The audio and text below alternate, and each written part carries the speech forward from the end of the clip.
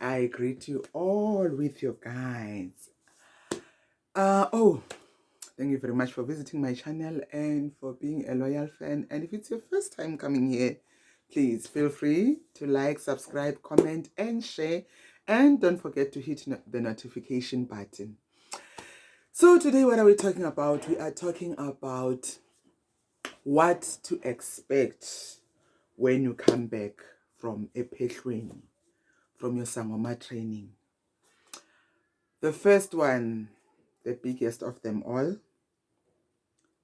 know that you are going to need to give yourself time to settle within yourself. What am I talking about? Remember, you were in a space that's like an incubator where you had Abafoweni, which is your brothers and sisters in spirit that you were training with, and you had your Kobela, which is your mentor, and all the other people around. And that was a protected space, and you were literally being incubated. So your interaction with the outside world was limited to the most minimum or the maximum, depending. And now coming back to the old world, which is what I would call it, things are not going to be the same. You are not the same. You don't see yourself the same way. Other people don't see you the same way. Your family don't see you the same way. One of the first things that you need to realize is that when you come back,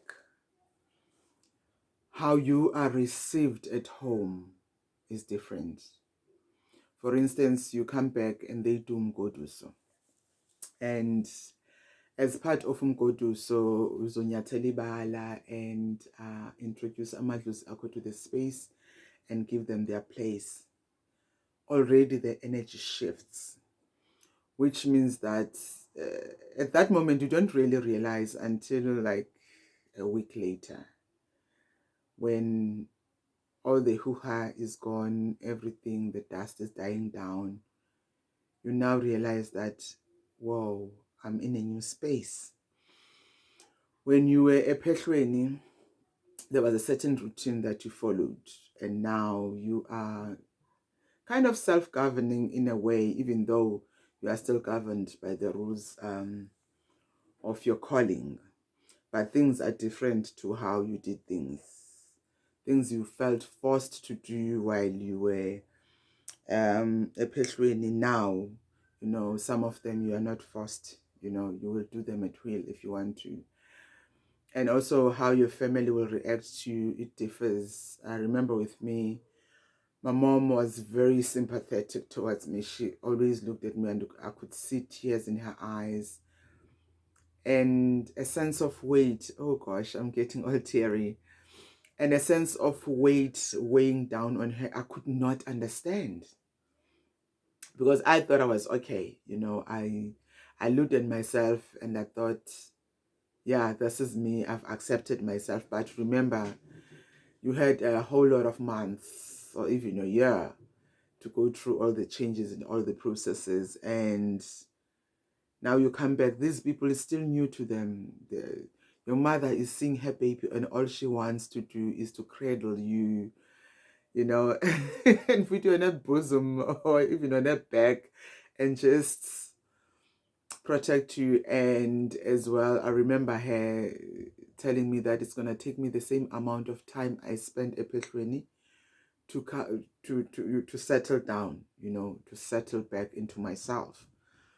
The amount of sleep I missed while I was there is the same amount of sleep I'm going to need to recoup while there. So it was up to where I would just sleep for months and months and months and recoup. Also, your family, they might not really know how to operate around you. Because remember, before you went, you were starting to change. You were confused, you were frustrated, you were angry. You were all these things. You were just dealing with so much. For someone else, they were sick, deathly sick. For some people, they were losing their mind. For some people, their world was just falling apart on them and everything was just a mess. And now you come back for you, your spirit has been settled, but the people you are coming back to, they haven't gone through the process that you have gone through. Therefore, they still need to navigate, their way around you, and you navigate your way around them. So some of them might not be as welcoming as you expect. They might not be as loving as you expect. They might not be as supportive, because more than anything else, they don't know how to handle you. I remember with my mom, she had this habit of cooking, and then it should be like, go and dish first. And I'm like, but why? You know? And she's like, no, because we don't want to contaminate the food before you eat it. And I'm like, what do you mean contaminate the food? She's like, no, maybe we touch pork or something, and no, maybe we touch something that you're not supposed to touch, so we really don't want to mess things. And it took her time to understand that it's okay to just be normal. And she would even make sure that I eat more than everybody. She would make sure that I have the lion's share. And I could understand it was her, tending to her baby, but at the same time, it was her revering, and honoring the, the the spirit that I came back with, the spirit that has been awakened in me, and showing respect to it. And for me, that is the most beautiful thing about our elders. If we give ourselves time to observe how, when they've fully accepted and embraced something, how they do it 100%. I could see that she holds me in esteem, in a place of highness, in terms of understanding that I carry her ancestors, I carry my ancestors, I carry, some of her ancestors, because Amadlozi, lineage-wise, or even not lineage-wise, they come from different generations, So I could see this sense of honoring those I walk with, honoring those who have now awoken in me. And but for some people, it might be different, or it would be different. They would be treated with contempt because of financial strains that the family would have gone through to see them through the training, because most people, when you go ephetweni, you are penniless. Because abogogo, they wreak havoc to the point where, like, they make you realize that if you don't do what they want, the next place is the grave or a mental institution. So sometimes they will take everything away from you: relationships, career, money, health, sanity, everything. They will take everything. So some people, if you were someone who left and you were insane, they took you to be insane, they will still treat you, they will be cautious around you because they don't know how you will be reacting. And of course, also how emotionally you respond now is quite different, because while for me, what I found is that I had to learn to disengage and disassociate with emotions,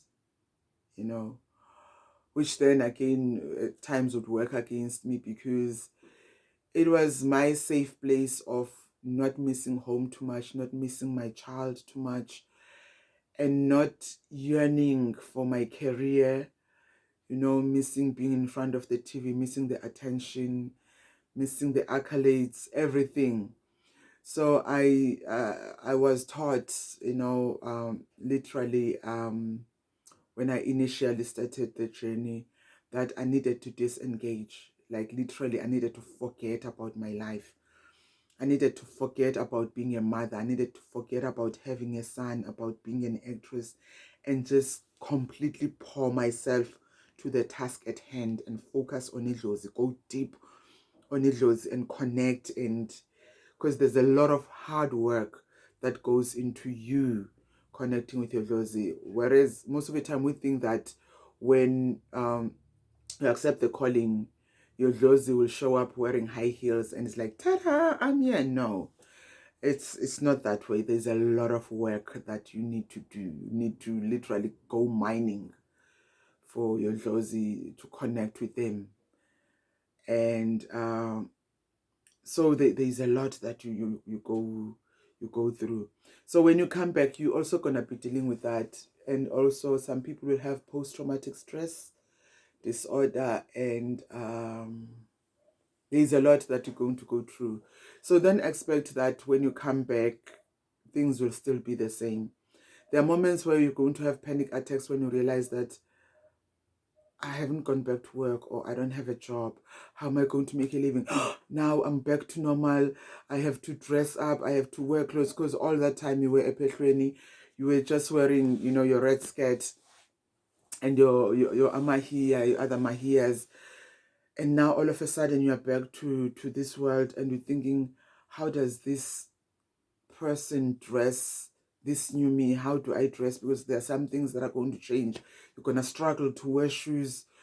You might even struggle to have makeup on. You might struggle. There's so many things. There's so many changes. Some foods you will eat. Some foods you will no longer eat. For instance, for me, I can't stand rice. I can't stand rice. So there's a lot of things. There's a lot of things, and some of the things that you are going to encounter that you won't be able to withstand. It would be lived memories of your dlozi. For instance, one of my dlozi, they were poisoned, and they used to experience choking at night while they slept. So in the beginning of the process, I used to go through that. I used to go through that a lot. So you go through the pain that they went through.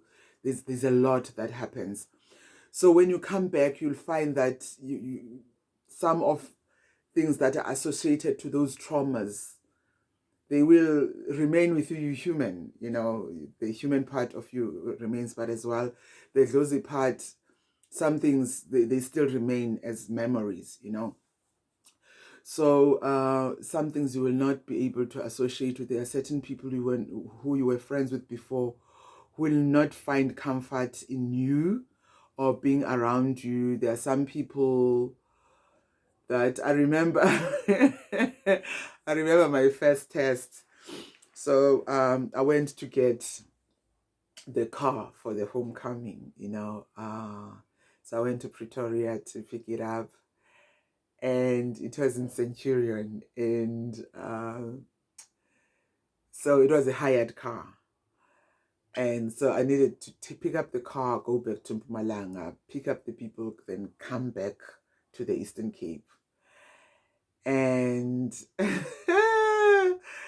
sometimes you get warned of things, but you don't listen, You forget. Actually, not that you don't listen, you forget.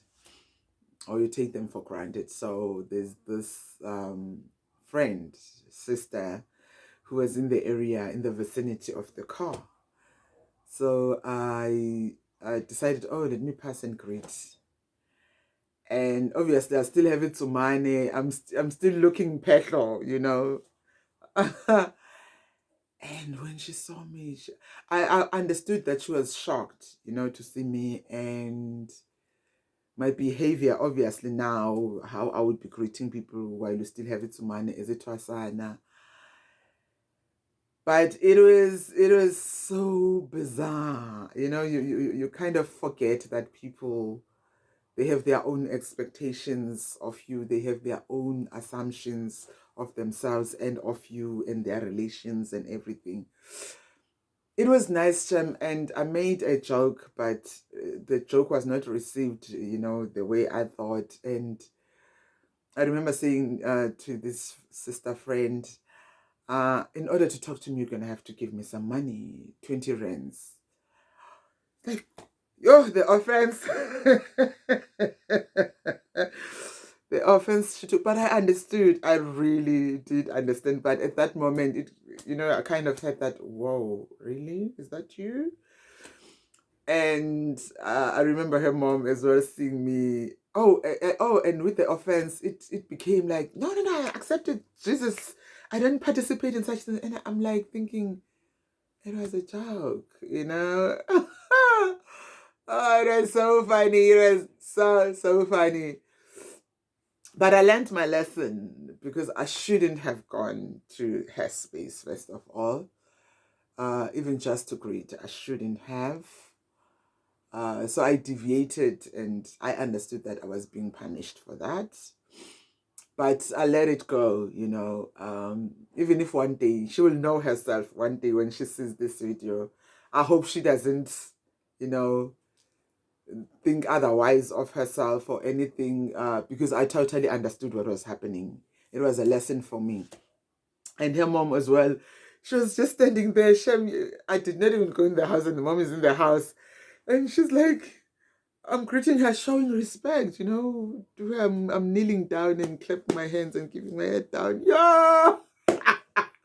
I came out of there and we left. And I remember telling the guy who was the rental agent, you know, I'm like, yo, this is so difficult. What a lesson.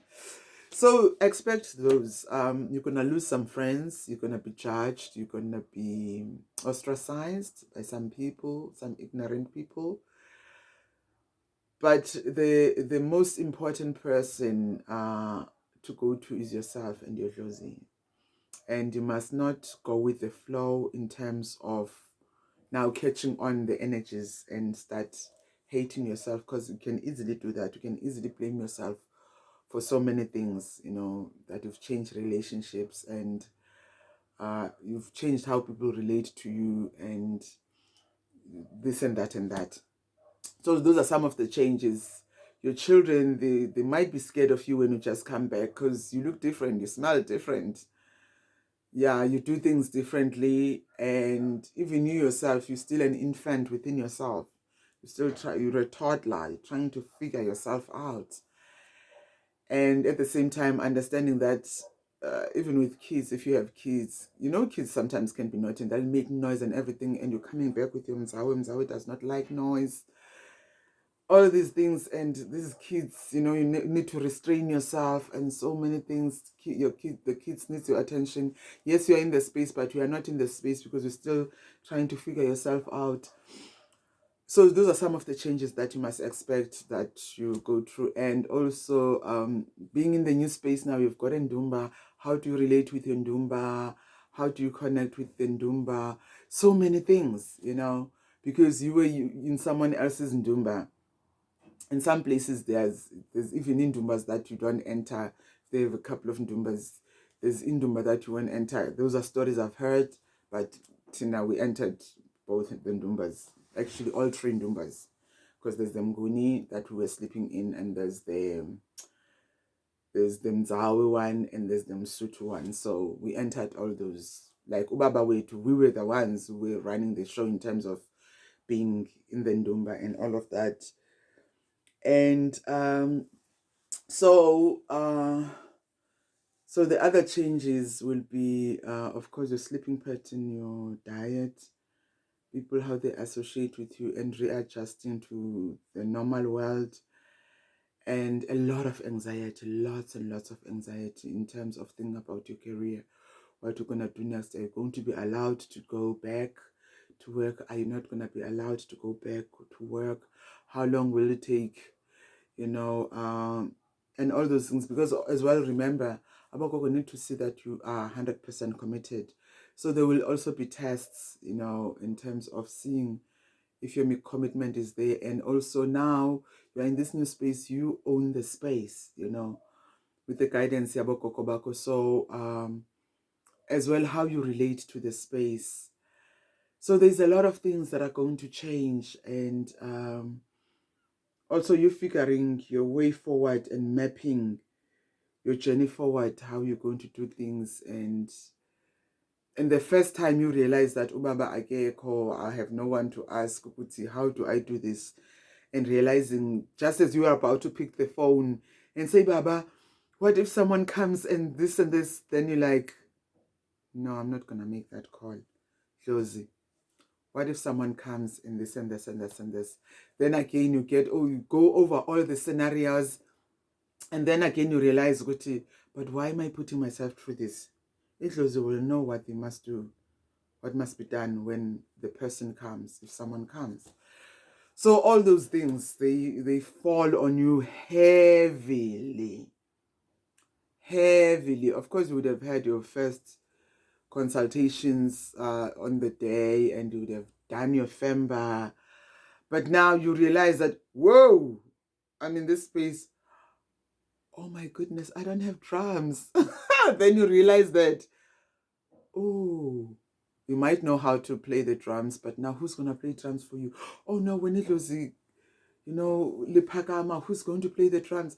Oh no, I have to teach people. Oh, sometimes things you took for granted while usephehlweni, listening to ubaba ukuthi bathetha kanjani nedlozi and all those things. So now you're like, oh, okay, so there's still a lot to learn. But also, more than anything else, manage the expectations. Only you can manage the expectations. You are going to feel the anxiety, believe you me now. You are going to feel the anxiety, but just manage it. So Zanbakoko will continue on the next video.